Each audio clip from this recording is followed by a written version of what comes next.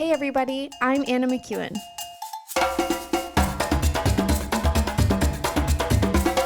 And now for Bob Switzer with the epic narrative. All right. So today, Bob's already laughing at me, so I'm chuckling as well. So today, we're gonna look at two chapters in the book of Exodus, chapters 26 and 27. We're gonna deal with some of the major aspects of the tabernacle that would have been visually dynamic and logistically been a part of like your visual and physical experience anytime you were there. And so because they kind of hold this kind of dynamic, I wanted to cover them all at once, but I honestly don't think it's going to be that long. Okay, I don't know how long this is going to go. I don't know what is it? Is it like a genetic flaw that preachers automatically don't think what they have to say is going to take very long? Yeah, I visited a church the other. Maybe I mentioned this already a couple episodes ago, but I just remember there's so many instances in my life where I've been in a service or I've been actually preaching in the service and thinking I can wrap this up in 2 minutes. Like I've got 1 point left, but it's not going to take long because boom. And then it's like 10, 12, 15 minutes later, and I'm still on the point. I'm up there going, wait, what did you do? What did you do? You were going to be done in 2 minutes. And honestly, sometimes I do think preachers just think that our words, I'll include myself in this, that our words are somehow highly valuable, that they carry with them some sort of massive amount of weight because we are the spiritual fathers and directors of people's lives. I needed an accent because I guess probably because sometimes it feels too close to home if I use my own voice. But it's true, we do. We think our words are really, really important because we are taught all throughout training, Bible school, seminary, or even in like ministry schools, internships with preachers, you're taught that your words up there carry this massive amount of weight. And at some level, any teacher does that, right? I mean, even the Bible recognizes that in the book of James. It's like, hey, teachers, you receive like a double judgment in that people are listening and valuing your words more than theirs. They're paying attention to you. Therefore, you hold a higher round of responsibility. But the flip side is many of us preachers get caught up in this mindset of saying, well, then what I have to say is really valuable. And therefore, your time is not valuable. I mean, that's really what we say when we go overtime. We're saying, hey, I know I committed to be done by 11:30. I committed to be done by 1 or noon or whatever it is, but I am speaking now, and my words are more valuable than your time, than your commitments, than your ideas. And you should be so enthralled with what I have to say that you would give up whatever it is that you plan on doing after this, because it is a waste of time in comparison to being here under my words. Now, I don't know. I do know, actually, there are some preachers that would probably literally say that and believe it. And there's others of us that just act like it. And we just won't let go. We won't let go. I've learned in our time out of the ministry, and again, I was invited out. I believe I was invited out of the ministry by the Lord, and part of that invitation was to untangle myself from all of these crazy mindsets that you don't even realize you have them when you're in it, because they kind of grow, right? I have told people many times, man, that was a tough sentence to get out of my brain, that there's just this deep untangling that occurred when I hit the road in the RV currently over a year ago. At the time of this recording, actually, we have crossed the 1 year mark, and And yeah, I don't see any church taking me in now for sure. For sure. But I do a lot of work with home churches, and man, that is a blessing. I'll tell you, there's no money in it, but which is fine. God's good and he provides, and I'm not complaining. It's just, man, the people that run house churches they're just a unique, amazing, creative, beautiful group of people. That is for sure. And yeah, we will continue that work because, man, I just think God's doing something really amazing. And another side note, speaking of that, I really think that corporate churches have lost the ability to reach a demographic that can't pay their bills. That can be taken both ways, and actually both ways are true. They fail to reach a demographic that can't pay their personal bills, and they fail to reach that demographic because those people can't afford to pay the church's bills. And even though many churches start out as beautiful, heartfelt, reaching the lost, I don't care who you are, God loves you, they have to turn into the business of church and say, listen, so many people that are now coming can't, they can't give. They have no money. And we've got a building and we've got to pay rent, or, we want to pay the pastor.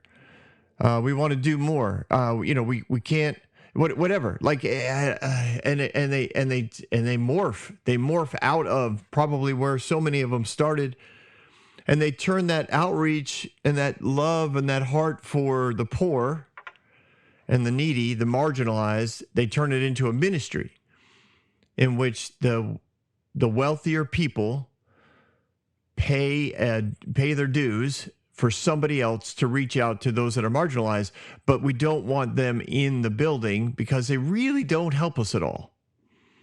They usually have crazy families or crazy in that they're not traditional families. They've got all kinds of X's and O's, and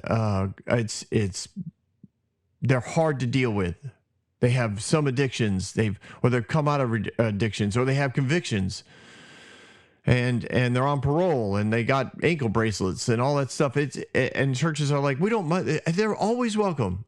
They're welcome to come, but they don't seek them. They don't reach them. They don't. It's interesting. I'll tell you. And I didn't realize it. Did not realize it. I would have said no. That's not how it is.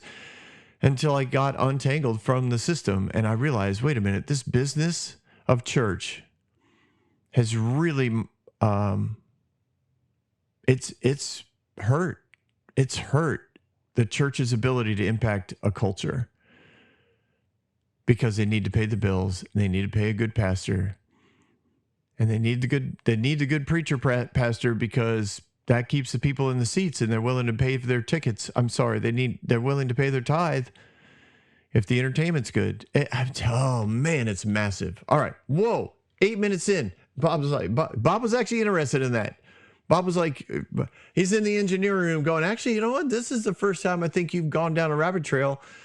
I'm kind of interested where you go. Well, I'll tell you where I'm going to go.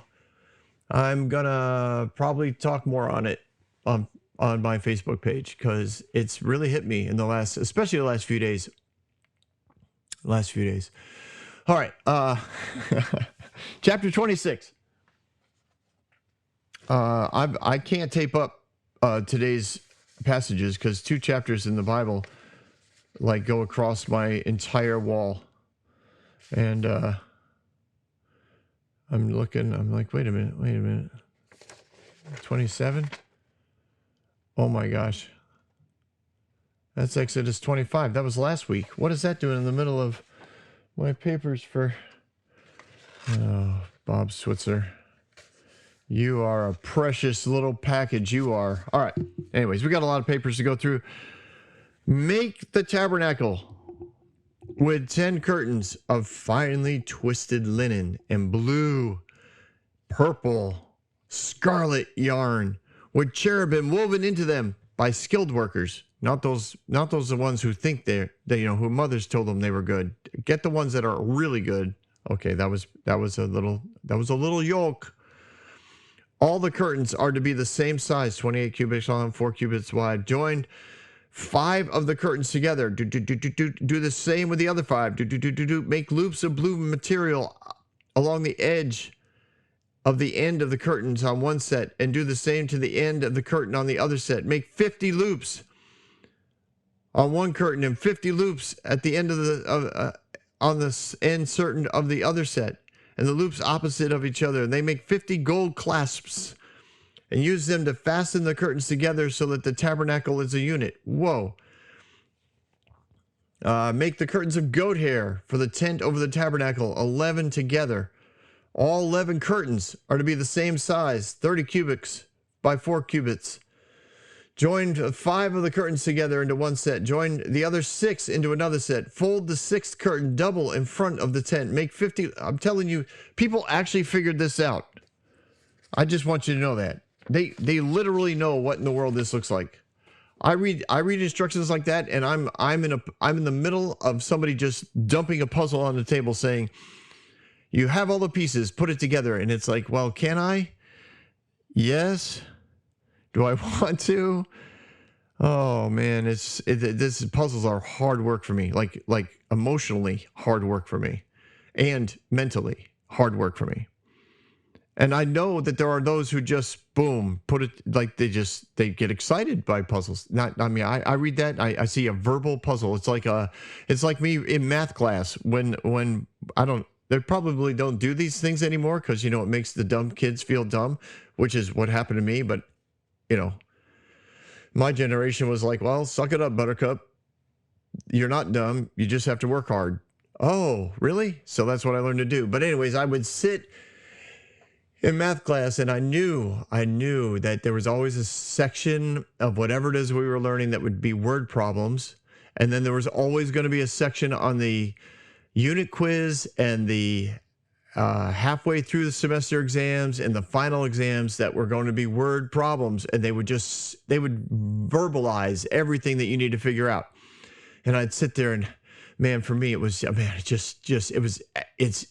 agonizing work to figure out where these numbers should be, because I could see the numbers, I could see them, but the wording, made you put them in the right order if you could pay attention. Oh my gosh, look at me. I'm stressing right now. My heart rate's up. I'm starting to break. My hands are getting sweaty. This is okay. I need to get out of the trauma. Anyway, so you read this and it is amazing when you look at the height and depth and the precision of the instructions that are given on these things. But just for the sake of the story, the first covering, the first curtain that was going to lay over the top of this frame, that first covering is the tabernacle. That's the tabernacle. The other, 9, there were 11 coverings total. The other 10 coverings, 9 or 10 coverings, I have to read it again. I don't want to. They were considered the tent. So the tabernacle is what unified the holy place and the Holy of Holies as one. That was supposed to be a picture that this was all designed to be one place. This was all designed for everyone to have access to God. That's the concept. The tabernacle pulls everything together. And someday God's plan is someday that's exactly what will be true. Now for those of us that are looking back in time, we're like, see, that was a picture of Jesus. And it's like, well, yeah, but it didn't have to be. It could have been right then. Like they could have gone forward with the invitation at any time. Now, these symbols, right, were always in view. They were always there to bring the viewer to a place that moves them forward into connection with God. That's what these symbols were designed to do.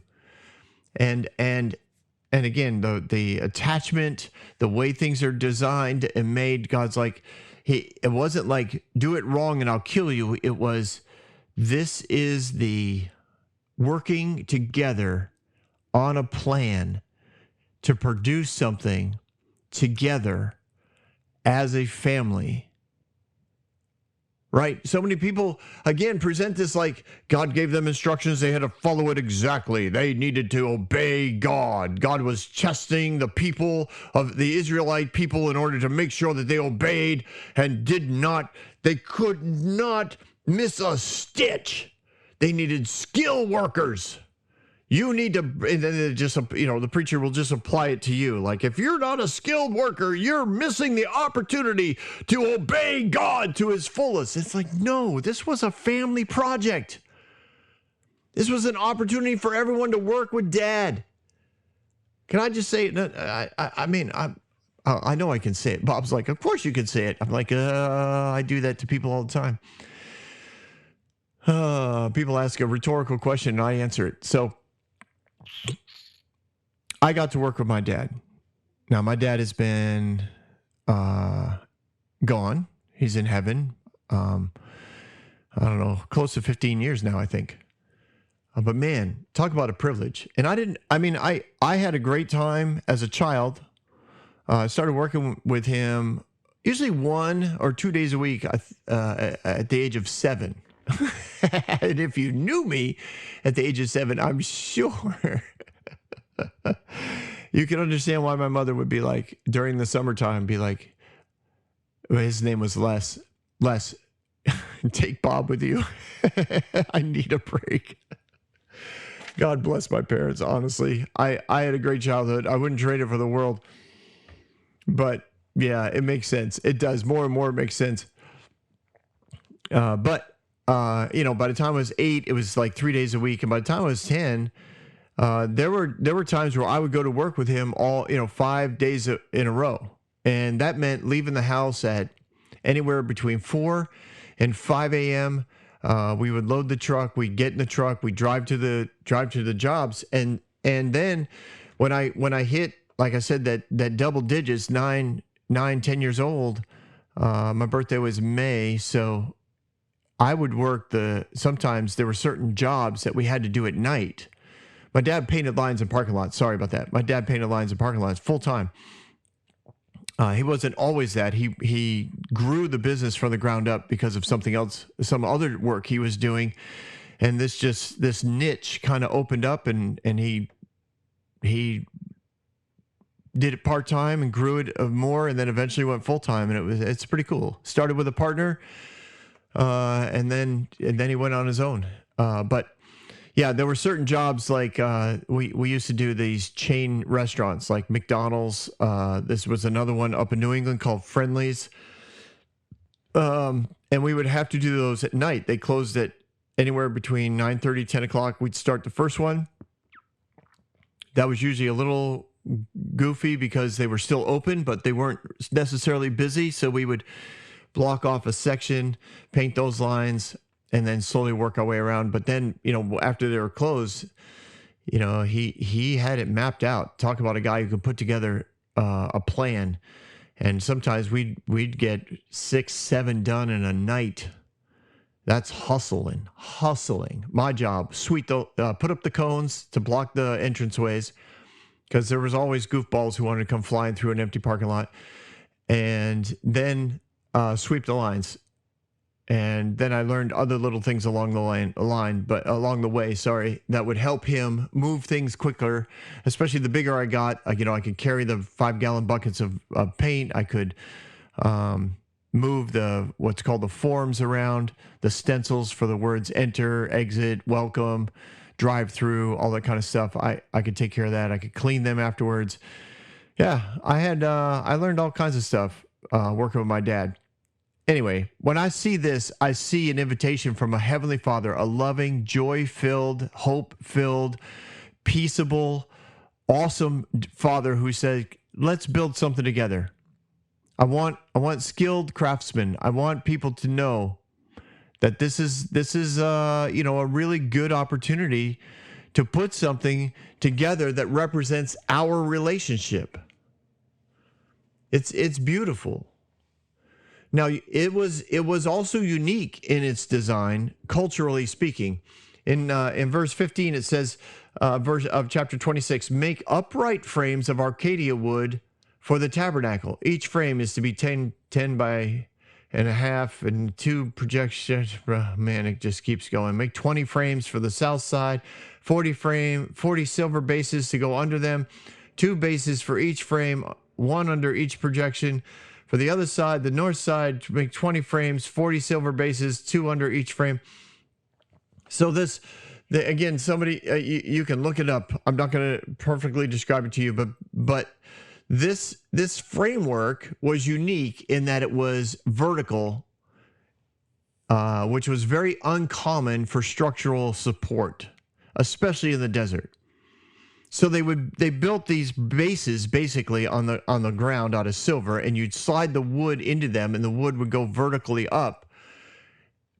So the walls, right, were solid.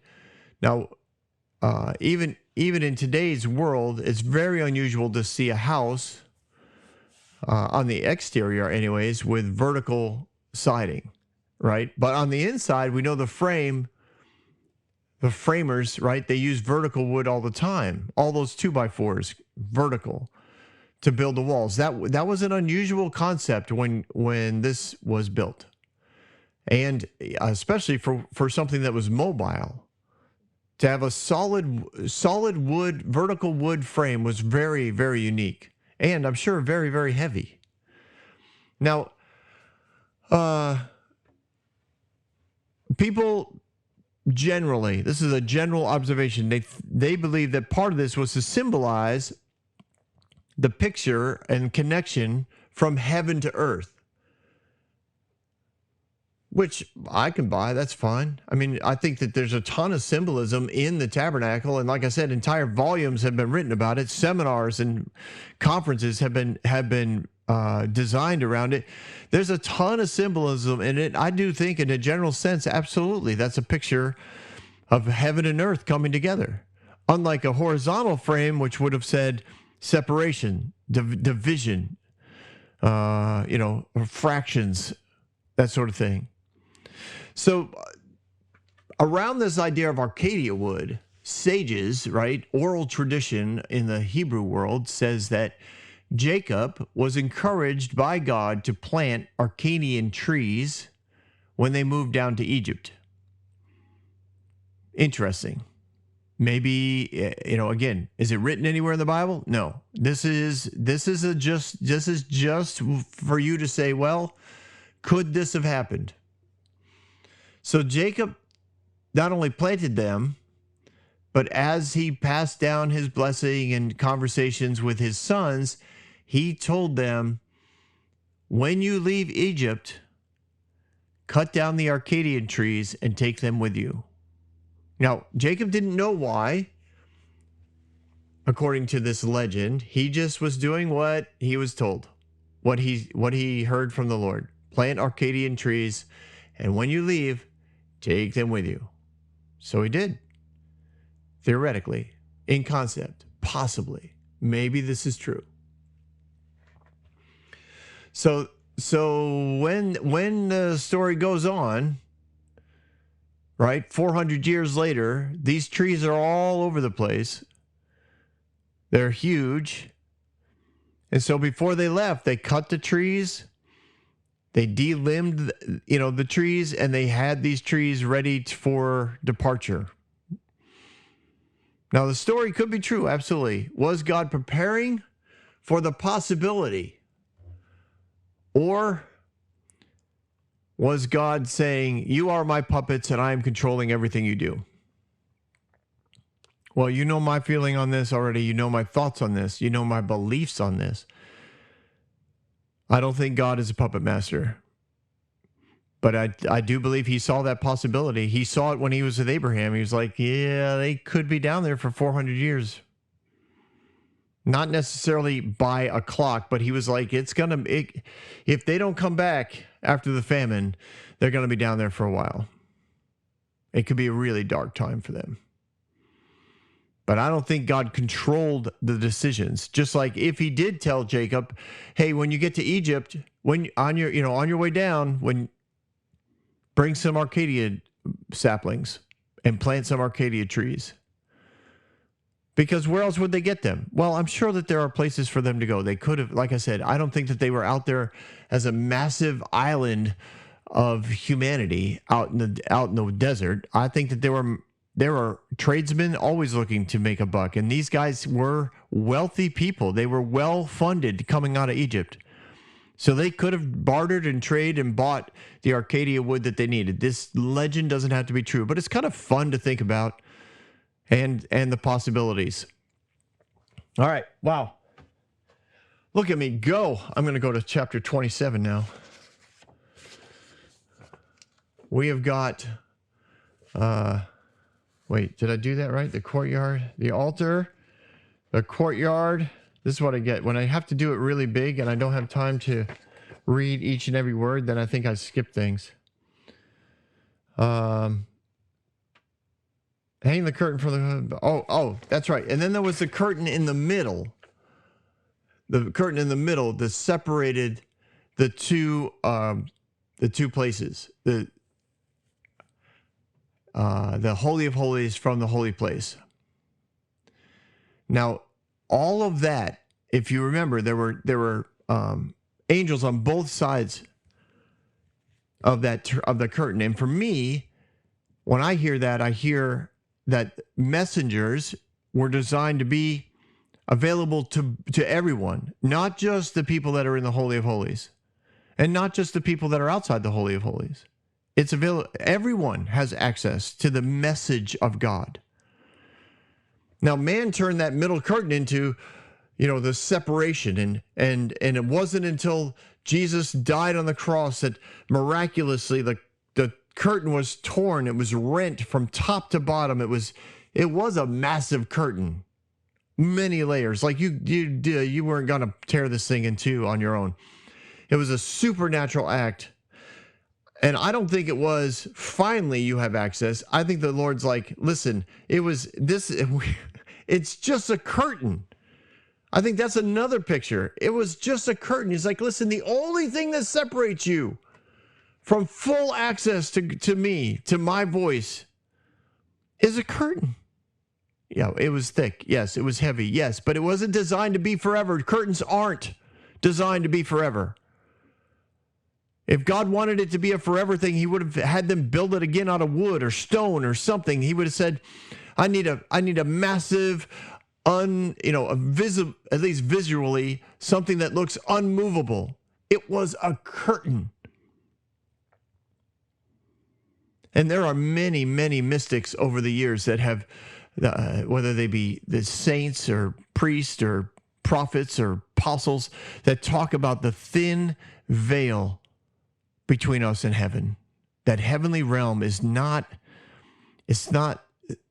it's a dimensional thing. It's not a physical thing. It's a dimensional thing. And to push through into the dimension of heaven, it is so close to you. It is so close to you, and you can access it. And one of the biggest lies that we believe as Christians is that somehow there's this massive, unmovable separation between us and God. And God's like, it's just a veil. It's just a curtain. And it always was. And we're the ones who put it there. We're the ones who requested the separation. God's like, all right, I'll get into that a little bit more a little later. All right. Otherwise, I'm going to get stuck, right? All right. Chapter 27, we talk about the altar. Now, the altar goes by three different names. It's called the altar of elevation, where sacrifices were burned. You had to walk up a ramp to place the pieces of the sacrifice on the altar. Now, remember, he didn't want stairs and he didn't want it super elevated because he didn't want people to be able to see up in he said your private parts. He didn't want the private parts exposed. He's like, just a little ramp This altar is not 70 feet in the air. It doesn't look like some sort of crazy Mayan, pyramid. Nope, that's not the way God operates. He's like, let's keep it simple. It's also called the copper altar. Why? Because it was, made of copper. It's also called the outer altar. Why? Because it was outside the outer courtyard. The inner altar, which was where the incense was burned, was in the tabernacle, and it was lit with the coals from the outer altar. So they were tied together in their resources, and the fire of the sacrifice was the fuel for worship and prayer, intercession and prayer, which was, again, a symbol of what? Of God being available to hear the prayers of those that were praying. It's a beautiful thing. When you look at the tabernacle and its symbolism, again, I'm not breaking it down to the minuscule points, but you can see how he wanted relationship in every one of these symbols. I think he was trying to communicate, I'm not that far away. I'm right here. All of this is up because you asked for it. The details are on this, and all of these altars were incredibly, written out. Very, very minute details. And all of it were very practical for the burning of animals, for the collection of coals, for where the blood would go, where the meat would go. All of that. Let's see. Verse 20. Courtyard shall be long and 50 cubits wide, and finely twisted linen 5 cubits high, and a bronze bases, and articles will be there. Tent pegs for those in the courtyard to be of bronze. Command the Israelites to bring you clear oil, pressed olives for the light, so that the lamps may keep burning. The tent of meeting outside the curtain that shields the ark of the covenant law. Aaron and his sons are to keep the lamps burning before the Lord from evening until morning. This shall be a lasting ordinance among the Israelites for generations to come. He's like, listen, I don't want anyone to be walking around in darkness. I want everyone to understand that that I'm a God of light. I'm a God of life. I'm a God of that smells good, the incense. I'm a God of interaction. I'm a God that's very close and available, ready to speak to anyone. Why did he set all this up? Well, because a wide open, free, intimate relationship with God was overwhelming to the Israelites. That's why God set up the tabernacle. I know we've hit those details before. I just want to say it again. They requested the boundary or separation from God. They were like, we just can't handle it. This is overwhelming. It's scary. We know. Tell God to talk to someone else, and we'll listen to them. And as I mentioned way back, several episodes ago, it was like, 1,400 or 1,900 years later is when he finally spoke publicly again. Why? Because love honors boundaries. And love honors boundaries because it builds trust. And as trust is built, boundaries can be removed or at least expanded. That's how relationships grow in intimacy. The more boundaries are removed, the more trust is developed. I believe that this is the heart of God behind the system of the tabernacle. He's like, okay, I'm going to honor these boundaries because I'm a God of love. I'm not upset. I'm not disappointed. I'm passionate for you. And in my passion, I'm going to make this decision to develop a system that will allow you to see over and over and over again that I am constantly available for more. And he used the culture of the day, the systematic culture of sacrifice that they were used to because of all the idol worship that was going on in Egypt. He's like, I'm going to use something you're you're used to, something your culture is comfortable with, and I'm going to build a system to develop the trust between you and I that eventually we can remove the system because it does nothing for me. I don't care about your sacrifices. They mean nothing. I'm after your heart. And when you understand how much I love you, when we build the trust between us, this system can just go away. Let it blow to the wind of the sands of the desert. Because I just want a loving, free, joy-filled relationship between me and my creation, my children and their Father. That's how it was in the beginning. He's still passionate about the beginning, the original design, the original purpose, the original identity of his creation. That is what he's after, and he's always been after it. None of that has changed. And ideally, right, as it was in the beginning, it will be again. Ideally, you become closer to God. If you're doing something in your everyday life to bring your, to connect with God, you should be getting closer to him. If you're just doing it, you need to be careful because religion will say, if you don't do this, God's not going to be happy with you. If you don't do this, there's going to be separation between you and God. And God's like, no, I've made that clear. There is no separation between me and my creation. I think it's in Corinthians where it says, you are separated in your minds. Because that's where the separation occurs. It occurs within us, not anywhere else. It's fascinating, right? It is. Honestly, think about it. Think about it. You think, right? Well, what you think determines everything. It determines your behavior. And if you think that God is a controlling, manipulative puppet master in heaven, then you see everything in this tabernacle differently than I do.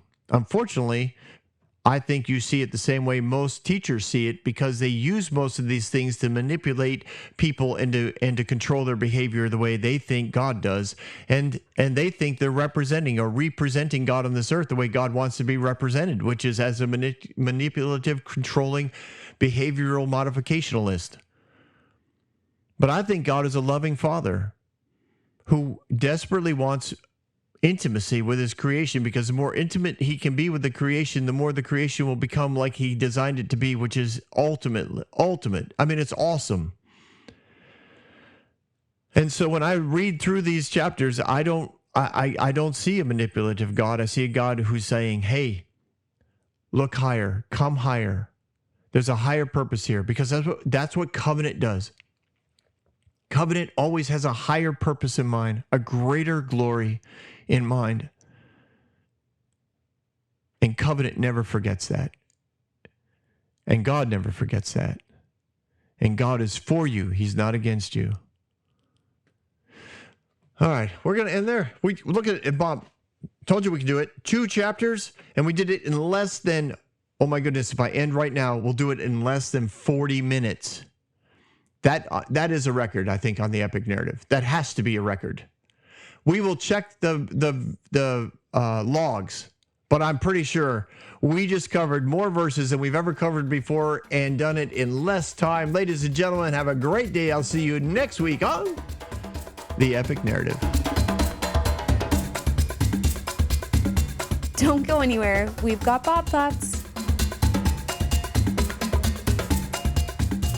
All right, welcome to my thoughts this week. Last week I meant to do this. Sometimes people ask me, like, what were some of my influences when it comes to this level of grace and goodness? And I'm going to mention some people just because, yeah, sometimes I get asked. But that doesn't necessarily mean that they are. I'll give you, like an example. Steve Backlund, an amazing gifted communicator on the goodness of God. Honestly. Get all of his books. It'll change your brain. It is so good. And he has children's books as well. Really good curriculum for like children's church or homeschooling, just good stuff. But even in my conversation with Steve, he thinks I take it too far. But he's not against it. He's just not comfortable with it, which is that's fine. I'm good with that. Some of the other people, Tyler Johnson, who is just a good friend of mine, has written some amazing books. But man, does he carry in a message about the grace of God, especially in his book How to Raise the Dead, which was written years ago. But he carries an amazing message of God's grace and power, and the power of God's grace. Rudy Lowe, evangelist from South Africa, currently lives in North Carolina, or South Carolina. Written dozens of books on the grace and love of God. Not a super well-known guy, but he should be. You know, when you read his stuff, it's like, wow. Bill Vanderbush, very well-known guy. Amazing teacher on the grace and love of God. Randall Worley, outstanding teacher, not as prolific as a writer, but man, what a teacher. Holy smoke-a-lokies. If you can get a hold of him, have him at your church or your home group, or get him on a phone call, oh man, would you love time with Randall Worley. He is just that awesome of a dude. I'm sure. I mean, Bill Johnson definitely influenced me. And Chris Valentin and Danny Silk. I think all of them would listen to me now and say, Bob, because they divide the old and new covenant, and so to them, God's okay being genocidal. Whatever you want to call him, God can be a killer in the Old Testament. They're okay with that. And they're all about Jesus in the New Testament. So they're like, that's where we would divide, but I don't think we would divide like we can't ever talk again. It'd be like, yeah, all right, Bob, that's probably not our position, but that's okay. Like, is God good? Yes. Do we focus on Jesus? Absolutely. So yeah, those are some influences. And you know, early in this episode, I said I didn't think a church would take me, and I do. I would like to be in a church, but I don't think that they would. In most churches' current format, they wouldn't take me now, because I would want to move the church out of the hierarchical paradigm that most of them run under, and move them toward a relationally based government that is filled with grace and love and kindness, like heaven. And most churches don't think you can get things done that way.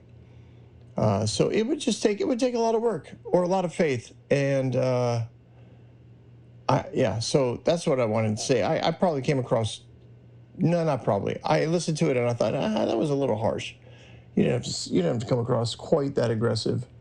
Because I love the church. Like I said, I'd love to end up in one. I just don't know where to look for one, because most are very focused on where you went to school, which doesn't matter anymore to me because of where I went to school is nowhere close to where I am now theologically. Or they're concerned about which denomination you're a part of, or they want you to be younger. Like there's qualifications that most churches have in their qualification list. They're looking for pastors, but I wouldn't even get an interview just based on what they're looking for. I think like I said, I would love to pastor, love to. But that's a journey, and hang out and you'll hear about it. We are currently in Florida. We are working in the Florida Keys, and it is gorgeous, just gorgeous. So yeah, if you hear this and you are free over the summer of 2024, come on down to the KOA on Sugarloaf Key in Florida and look me up. Maybe on my day off we can hang out for a little bit, or on my time off sometime during the day. All right? Other than that, I hope you guys are having a fabulous day as usual, and I'll see you again next week on The Epic Narrative.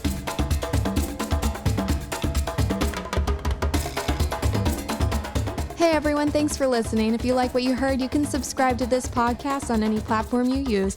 You can also reach out to Bob for questions or booking at thebobswitzer.com or email him at thebobswitzer@gmail.com. See you next week, guys.